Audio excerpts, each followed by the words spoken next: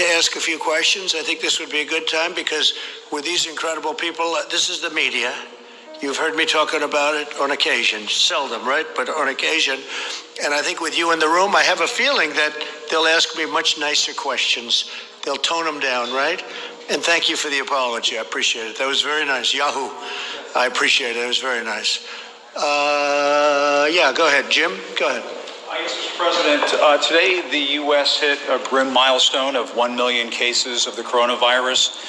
Back in late February, you predicted that the number of cases would go down to 0. How did we get from your prediction of 0 to 1 million? Well, it will go down to 0 ultimately. And you have to understand, when it comes to cases, we do much more testing than anybody else. So we could go to some of these other countries, you know, as an example, China. If you test, you're going to show many more cases. So we're doing more testing than any other country in the world by far, which we just discussed over in the Oval Office.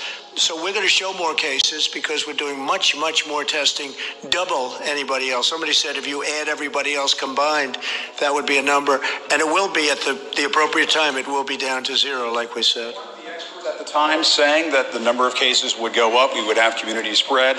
Well, experts, yeah.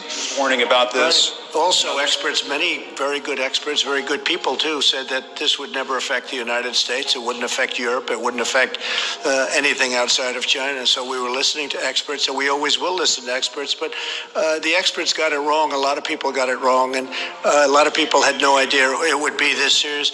I listened to experts. I'll tell you what, I did something that the experts thought I shouldn't have done. I closed down our country and our borders. I did a ban on China from coming in other than U.S. citizens. And we did very strong checks on even our U.S. citizens. Ron DeSantis was telling me before that when they came in, people were put into quarantine, people were checked, and we're doing that now. So, yeah, I think we did something well ahead of schedule. We did that at the end of January. People were talking about this wouldn't have an impact, as you know, even into March. So I think we've done a to test the diagnostics agencies, but we sat here in the Rose Garden back on March 13, and these companies were here, some other companies were here. By my count, only 69 drive-through test sites have been set up by the companies that were here. I'm wondering if you, and of course, Mr. Vice President, back in early March, you said we'd be at 4 million tests by the following week. We're just now got there in the last few days.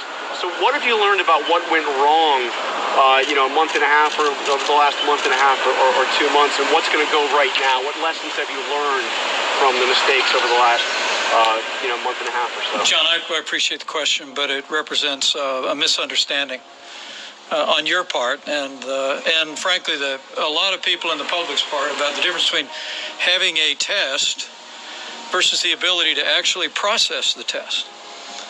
I mean, the truth was, when the president tapped me to lead the White House Coronavirus Task Force 2 months ago, we saw the production of lots of test kits going into the marketplace.